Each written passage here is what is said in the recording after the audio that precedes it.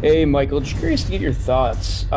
When you think of the position your team is in heading into the season, gearing up to be in the playoff hunt again, and gearing up to play in this new Canadian division with a bunch of pretty good teams, what do you think you guys have to do to rise to that challenge? Like, given that you'll probably be facing, a strong team the vast majority of nights this season, how do you sort of maximize your chance to succeed in this deep division?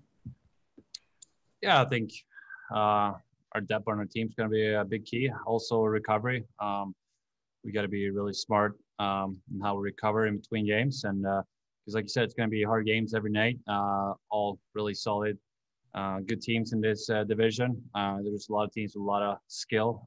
So it's going to be a grind, 6 game grind. I'm excited for it. It's going to be a lot of fun, and I think we have a good team, a really good team that should finish in the top. Definitely going to put that pressure on us. I know we're good enough to do that. So, but it's going to be a grind the whole way. So we'll go to Eric Francis next. Yeah, Michael, we just talked to Derek Ryan. He used the term urgency, as you guys talk about, the window closing. And we've asked about this on a number of occasions, but how would you best describe the way you're looking at your team's opportunity this year? Yeah, I think, like I said, it's going to be a tight division, but at the same time, I think we have a good chance to go far. This team's been through a lot, and you learn about yourself and about your team the hardest time. So I think we're ready for take the next step. And I agree with Doc. Urgency is one big key for us, and just to take that next step will be the biggest thing for us for sure. And we'll do that when we play as a solid team. Everyone's chipping in, contributing, and yeah, like I said, I'm excited for it. Okay, we'll go to Danny Austin next. Michael, looking at tomorrow, Coach Ward has been pretty open about wanting you guys to sort of replicate a game day experience for these two inter-squad games. What is your approach? Is that sort of what you're attempting to do, to sort of pretend it is a game and just get in that mindset? Yeah, that's what we did in the summer. In summer, we played 3 games. We played 3 different times because we were going to play different times in the bubble on the first round there. And yeah, and this time will be like a regular 7 o'clock. Look at the schedule. There's a lot of 7 or 8 p.m. games. So, I'm going to treat it as a regular home game day. Do the somewhat normal things. Normally we go to a restaurant to eat lunch, but won't be able to do that. But other than that, I'm going to do the same things I normally do and treat it as a game. When I get there back at the rink, I'm going to do my normal routine to warm up.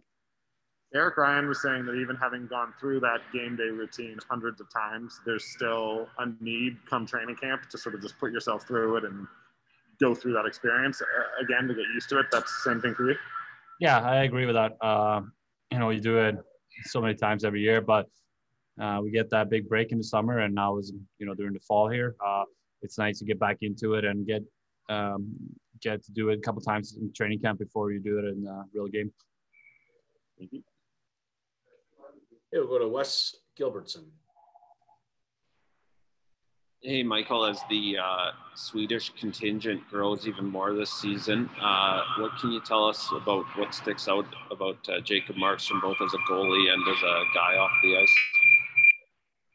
Yeah, he's a super nice guy, laid back, funny guy. He's been coming in and it's been, guys like him right away. Like I said, easygoing guy, easy to be around. On the ice, he's just solid, very calm in net, shows a lot of poise and confidence. And, you can tell he's a really solid goaltender. He's come a long way. I played with him with juniors. It's 8 years from 8-9 years ago. And, he's a really good goalie then, but now with a lot more experience, I think he's grown on and off the ice. So he's going to be a big key and important player for us this year and moving forward, the 6 years. Okay, any other questions for Bax? Yeah, Eric Francis. Just a quick one, just on, playing in this stadium. How do you think it's going to be? I know you played in the bubble in Edmonton with no fans, but How about playing in your own stadium with nobody there in important regular season games? Any anticipation on what's going to stand out for you? Yeah, I mean, it's gonna be weird. We play some scrimmages and inter squad games with no fans, but it's going to be a new experience playing the Dome without fans. I mean, I love the Sea Red, and it's always a great experience playing in front of Sea Red. So it's going to be a big change. Like I said, the bubble is a unique, different experience, but now it's going to be on a regular day basis and throughout this 56 game season. So yeah, it's going to be different. But at the same time, you gotta, we all have the same, it's the same for everyone, and you just got to make the best of it. And I found in the bubble, you mainly just focus on what you're doing on the ice. I mean, yeah, sure, it was quiet at times between whistles and in TV breaks, but other than that, you're just so focused on the ice that you don't really kind of face that out once you play. Is there no more such thing as home ice advantage anymore, do you think? Well, a little bit with if you want to match lineups, lines, and all that kind of stuff. And I mean, you always come a little more comfortable playing in your own arena, your own locker room, and sometimes it's a benefit if you struggle at home. Sometimes it's a benefit going on a road trip even without fans. So yeah, home ice. Still with that line change and just a similar or familiarity with the arena and all that.